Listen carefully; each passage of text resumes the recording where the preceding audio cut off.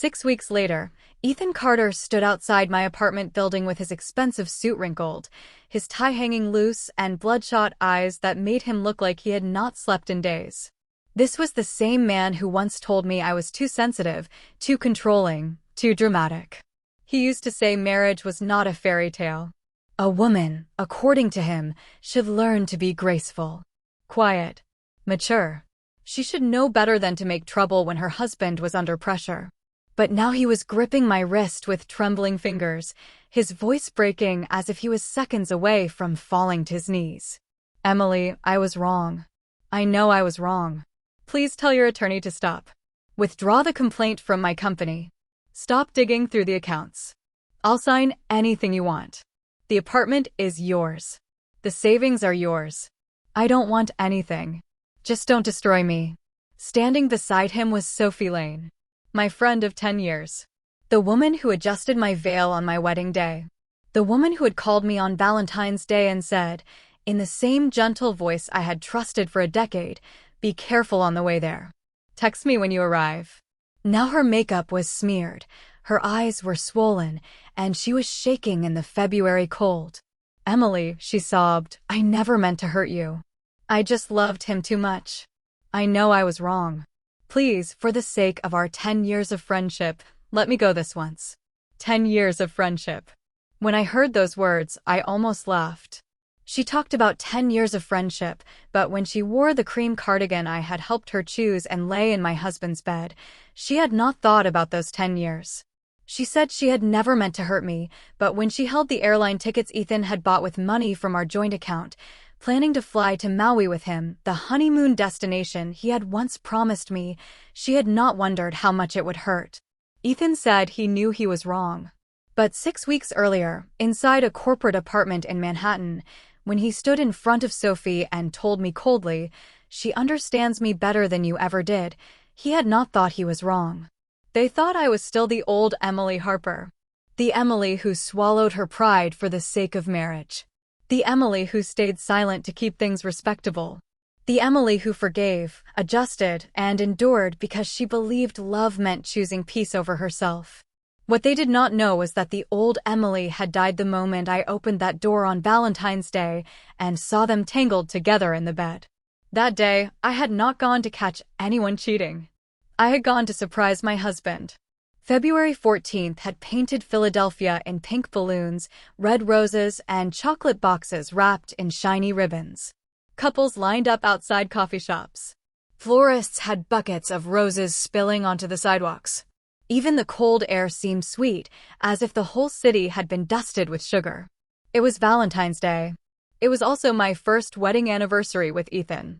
1 week earlier, he had told me his financial consulting firm had sent him to New York for an urgent client project. He would be staying in Manhattan for at least a week. On the video call, he looked guilty. Tender, even. I'm sorry I'm missing our anniversary, he said. When this project is over, I'll make it up to you. A real trip. Just the two of us. I told him I understood. Work was important. But secretly, I prepared a surprise. I took 2 days off from work, bought a train ticket to New York, and booked a table at the French restaurant he had once said he wanted to try. The Valentine's tasting menu alone cost $320 before wine, and I paid the deposit without hesitation. For his gift, I bought a pair of simple platinum rings. They were not flashy, just clean and quiet, with the date of our marriage engraved inside. They cost $1,350, more than I should have spent, but I thought love deserved something permanent. That was what I believed our marriage was. Clean, quiet, permanent. Half an hour before I left, Sophie called me. You're really going to New York alone? She asked softly. That's exhausting, Emily. Ethan is going to feel so bad when he finds out how much trouble you went through. I was standing near the front door, slipping into my boots, smiling like a fool. It's only our first anniversary once, I said. He's alone there, working so hard. I want to make him happy. There was a brief pause on the other end. Then Sophie laughed lightly. Then be careful on the way. Text me when you get there. I hope he's happy to see you. At that moment, I heard nothing strange in her voice. To me, Sophie was the closest person I had in the city. We had met in college 10 years earlier. She had been there through internships, terrible bosses, heartbreaks, job interviews, my first date with Ethan, and then my wedding. She knew almost everything about my life. My marriage. My routines. My disappointments. My soft places. I had once believed that was intimacy. Later, I would understand it was a map. And Sophie had been studying it for years, learning exactly where to cut. I arrived in Manhattan at 4:40 p.m. Ethan was not staying in a regular hotel. His company leased several executive apartments in a glass building near Midtown for long-term business travel. The building had a front desk, security, a gym, and a quiet lobby that smelled faintly of cedar and expensive cleaning products. Unlike a hotel room, the apartment had a digital keypad. 3 months earlier, Ethan had sent me the code. If you ever want to surprise me, he had joked, you know how to get in. Back then, I thought it was trust. I thought it was intimacy. I thought it meant he had nothing to hide. Only later did I realize that some people hand you the key not because they are honest, but because they are certain you will never actually open the door. The elevator rose smoothly. I held the black gift box against my chest, rubbing my thumb over the lid. My heart was beating fast, almost childishly excited. I had already imagined the first words I would say. Happy Valentine's Day. Happy anniversary. I missed you. The lock beeped when I entered the code. The apartment was dark. The curtains were drawn tight, blocking out the pale Manhattan afternoon. Only thin strips of city light slipped through the fabric, falling across the carpet. At first, I saw a man's tie on the floor. Then a suit jacket. Then a cream cardigan draped over the arm of the sofa. I knew that cardigan. The previous weekend, Sophie had tried it on 3 times before deciding to buy it. She had stood in front of the mirror and asked me, "Do you think this makes me look too soft?" I had smiled and said, "It suits you." Now it lay on the floor of my husband's apartment. A low, muffled sound came from the bedroom. For 1 second, my mind refused to understand. All my excitement, all my tenderness, all the warmth I had carried across 2 states seemed to be carved out of my chest in one clean motion. I stood there frozen, still holding the gift box. Then I took 1 step forward. The bedroom door was half open. The 2 people in the bed turned toward me at the same time. The man was my husband, Ethan Carter. The woman was my friend of 10 years, Sophie Lane. Beside the bed was a bouquet of red roses. On the floor were 2 wine glasses, one tipped over, leaving a dark stain on the rug. On the small table near the window lay a folded restaurant confirmation. It was the restaurant I had mentioned to Ethan so many times. He had always said he was too busy. He had promised to take me there for our anniversary. So he had not been too busy for romance. He had only been too busy to give it to me. Sophie's face went white. She grabbed the sheet and pulled it around herself, lowering her head as her shoulders began to tremble. She looked frightened. Fragile. Almost as if I had broken into her life. Ethan did not panic. He pulled on a robe, tied it carelessly, and looked at me with irritation. "What are you doing here?" he asked. I stared at him.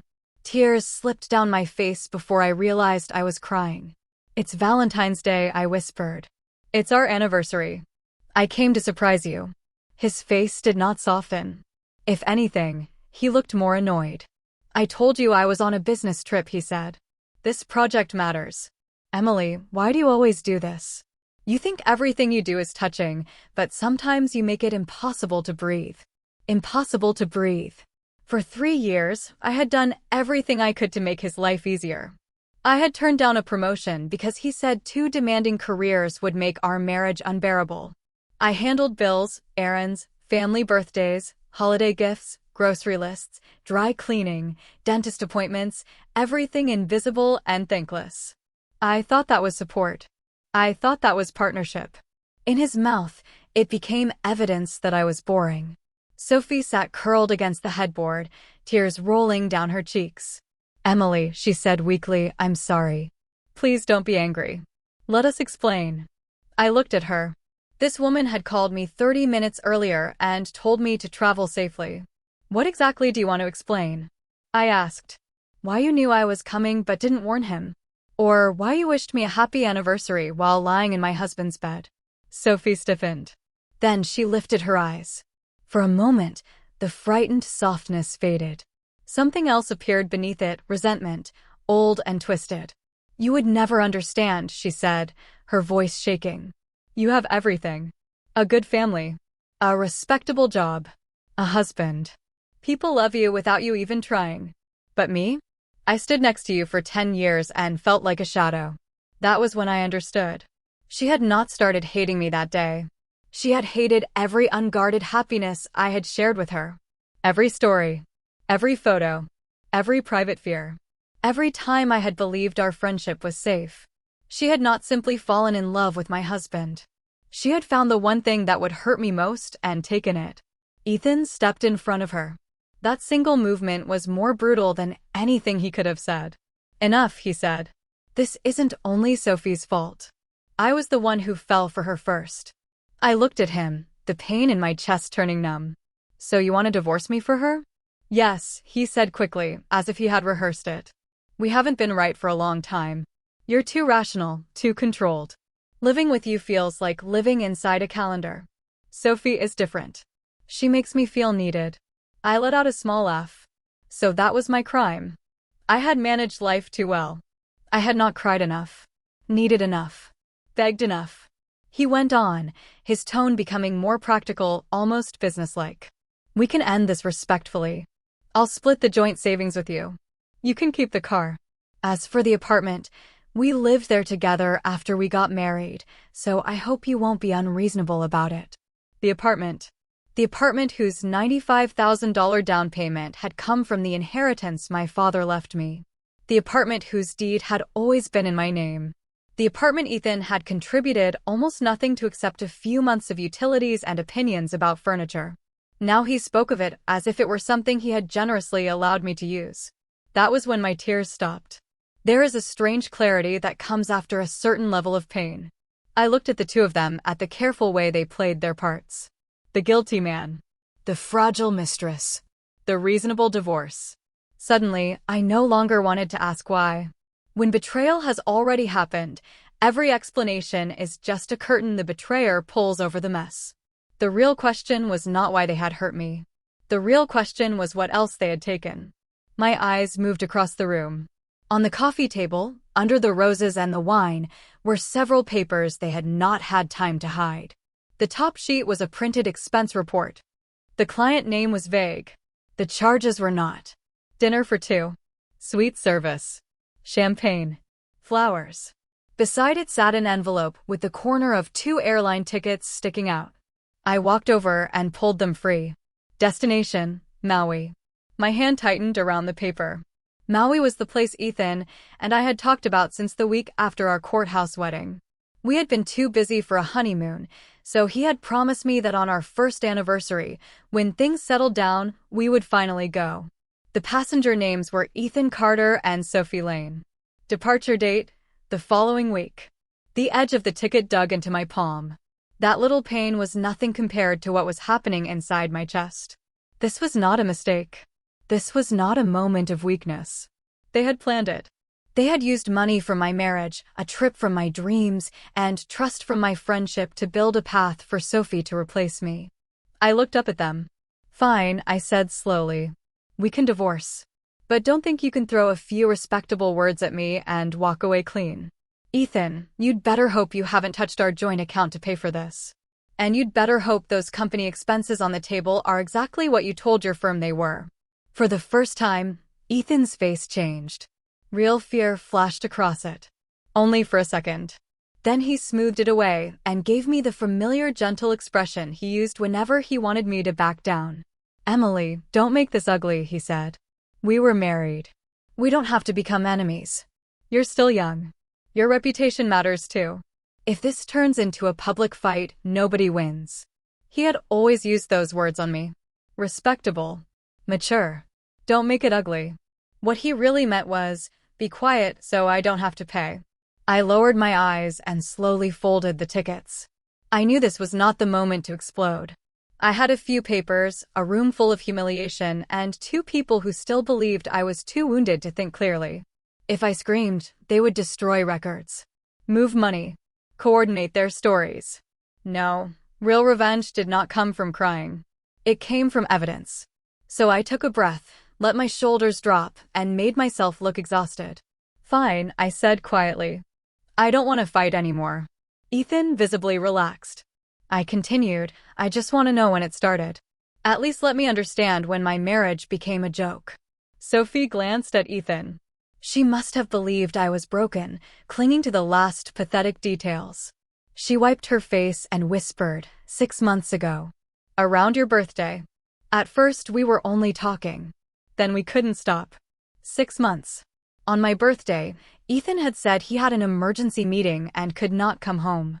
I had eaten one small slice of cake alone in our kitchen and texted Sophie that I felt stupid for being disappointed. She had only texted back. No voice call. No video. She said she had a headache and wanted to sleep early. Now I knew why. She had been with him. Ethan took over, his voice heavy with what he probably thought sounded like guilt. It was my fault. Work was suffocating me. You were always so calm, so composed. I felt like I had nowhere to fall apart. Sophie listened. She made me feel understood. I didn't mean for it to happen. I looked down at my hands. My nails were pressing crescents into my palms. I did not interrupt. I only turned on my phone and recorded every word. That recording was never posted online. I never used it to humiliate them. Later, my attorney would tell me that what mattered most was not their disgusting confession beside the bed. What mattered were bank statements, credit card charges, reimbursement forms, emails, contracts. So that night, I did only 2 things. First, I told them to leave because I wanted to be alone. Second, the moment the door closed behind them, I wiped my tears and began photographing every non-private piece of evidence in the apartment. The 2 airline tickets, the expense report, the restaurant bill, the 2 wine glasses, the roses, Sophie's earring on the rug, the star and moon bracelet on Ethan's wrist. That bracelet was the same one Sophie had told me she was buying for herself as a birthday gift. Now it was on my husband's body. I did not photograph their nakedness. I did not post anything on social media. I did not send screaming messages to our friends. I did not want a moment of public pity. I wanted them unable to lie, unable to move money, unable to stand in front of a court or a company and pretend they had only made one little mistake. At 2 in the morning, I backed everything up to the cloud: photographs, videos, copies of the expense report, the airline tickets, and screenshots of messages. Then I booked an appointment with a Philadelphia attorney who specialized in high-asset divorce and marital asset tracing. The next afternoon, I sat in her office and pushed the folder across her desk. She did not react like lawyers in television dramas. She did not promise me she could take everything from him because he cheated. She only adjusted her glasses and said calmly, an affair by itself does not necessarily determine property division. But if he used marital funds for the affair, or if he used corporate reimbursements to hide private expenses, that is a different conversation. That sentence woke me completely. From that moment on, I stopped focusing on the betrayal itself. Betrayal hurts, but numbers speak. Over the next week, under my attorney's guidance, I gathered every record I could legally access: joint credit card statements, bank transfers, travel confirmation emails, reimbursement copies Ethan had left in our home office, and several strange consulting payments Sophie's small branding studio had received. When the evidence came together, the picture was uglier than I had imagined. For 6 months, Ethan had not only been cheating. He had used our joint credit card to buy Sophie jewelry, dinners, flowers, and travel deposits. The total came to $16,842.73. He had run several private charges from the Manhattan apartment through his company as client entertainment and business travel. Those questionable reimbursements totaled $9,318.40. Worse, he had introduced Sophie as an outside brand consultant and pushed 3 small contracts toward her studio through projects he managed.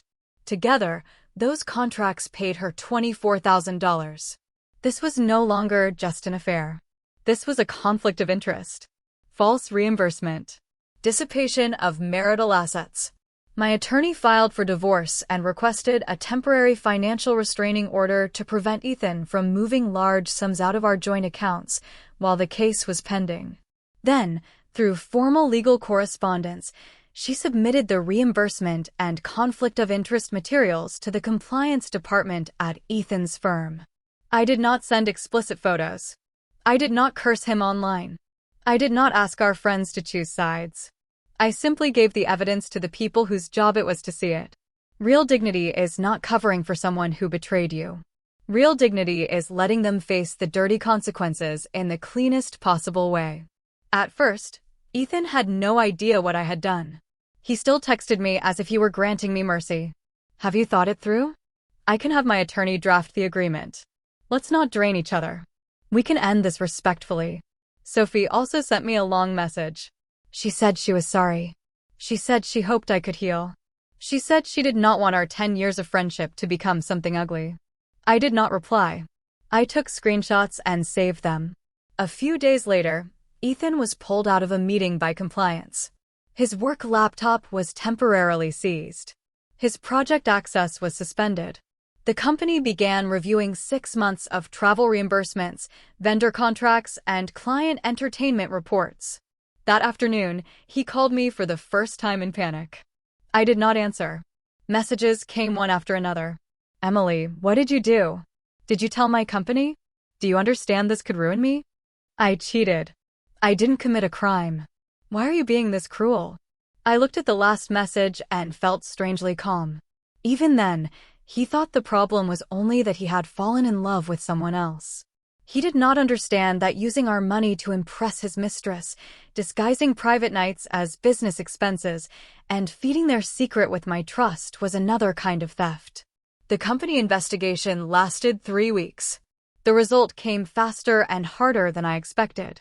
Ethan was removed from all client projects, then terminated for false reimbursement, undisclosed conflict of interest, violation of ethics policy, and damage to client trust. He had been competing for a partner track promotion. He had been one step away. But sometimes one step away from success is also one step away from a cliff. Sophie did not walk away untouched either. Her little branding studio depended mostly on referrals and reputation. Once Ethan's firm reviewed the outside contracts, they ended all cooperation with her studio and sent compliance risk notices to several related clients. The social circle she had spent years cultivating began to pull away. When she panicked, she tried to cry first. She told mutual friends I was cold, vindictive, obsessed with money, and willing to destroy lives over a divorce. I did not argue. I sent one short email to our shared circle. I have formally filed for divorce. The reason is Ethan's 6-month affair with Sophie, along with conduct involving marital funds and professional conflicts of interest. Evidence has been turned over to my attorney and the appropriate parties. I will not release any private or explicit material, and I ask that no one involve themselves further. Thank you.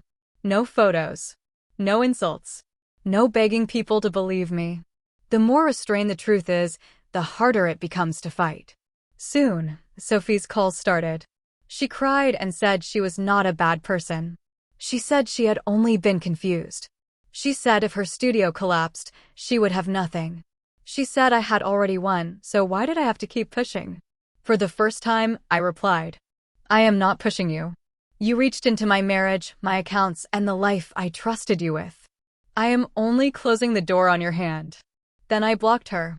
6 weeks after Valentine's Day, Ethan finally appeared outside my apartment building.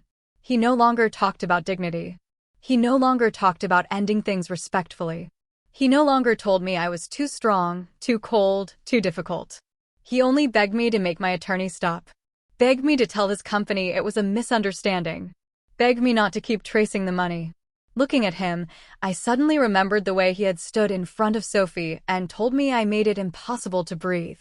Now he finally knew what suffocation felt like. Emily, he said hoarsely, I'll sign the agreement. I won't make any claim on the apartment. I'll reimburse the $16,842.73 from the joint account. I'll cover your attorney's fees. Just stop. Please stop. I gently pulled my wrist free. This is not me making trouble, I said. This is the consequence. Sophie began sobbing. I know I was wrong, she said. I'll never appear in front of you again. Please let us go. I looked at her.